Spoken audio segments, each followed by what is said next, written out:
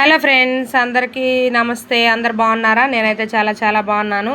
ఈరోజు వచ్చేసి మా ఇంట్లో స్పెషల్ పచ్చిపప్పు వడలండి. అవి ఎలా ప్రిపేర్ చేశానో చూసేద్దాం, వచ్చేసేయండి ఫ్రెండ్స్. పచ్చిపప్పు ఒక కప్పు తీసుకొని 2-3 గంటలు నానబెట్టుకోవాలండి.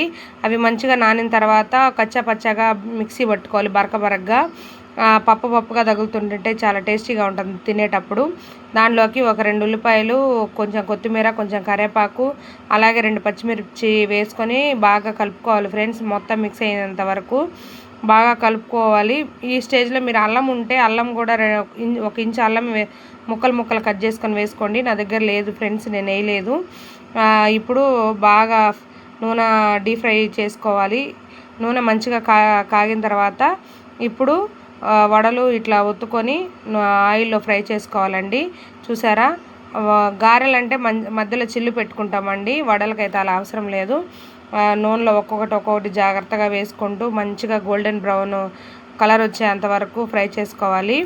అలా ఫ్రై చేసుకొని ఒక్కొక్కటి వేసుకుంటూ జాగ్రత్తగా నూనెలో ఫ్రై చేసుకొని తీసి పక్కన పెట్టుకోవాలి ఫ్రెండ్స్. చూడండి, నేనైతే జాగ్రత్తగా వేసుకున్నాను, ఎందుకంటే నూనె చాలా వేడిగా ఉంది. ఒక్కొక్కటి వేసుకున్న తర్వాత చూసారా ఎంత మంచిగా ఫ్రై అవుతున్నాయో.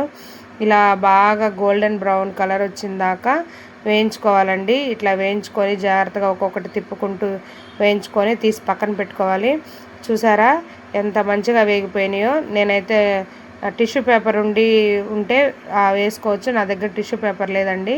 న్యూస్ పేపర్ ఒక గిన్నెలో వేసుకొని న్యూస్ పేపర్ మీద వేసుకున్నాను. ఎక్స్ట్రా ఆయిల్ ఏమన్నా ఉంటే న్యూస్ పేపర్కు వచ్చేస్తుంది.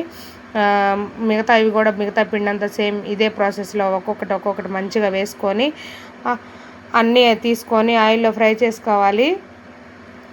అసలు తింటుంటే ఎంత క్రిస్పీగా ఎంత ఇదిగా ఉంటుందో ఫ్రెండ్స్. బయట క్రిస్పీ, లోపల సాఫ్ట్. పట్టిగా పలుకుగా వేస్తాం కాబట్టి ఆ పప్పుగా పంటి కింద తగులుతూ ఉంటూ చాలా టేస్టీగా ఉంటుంది.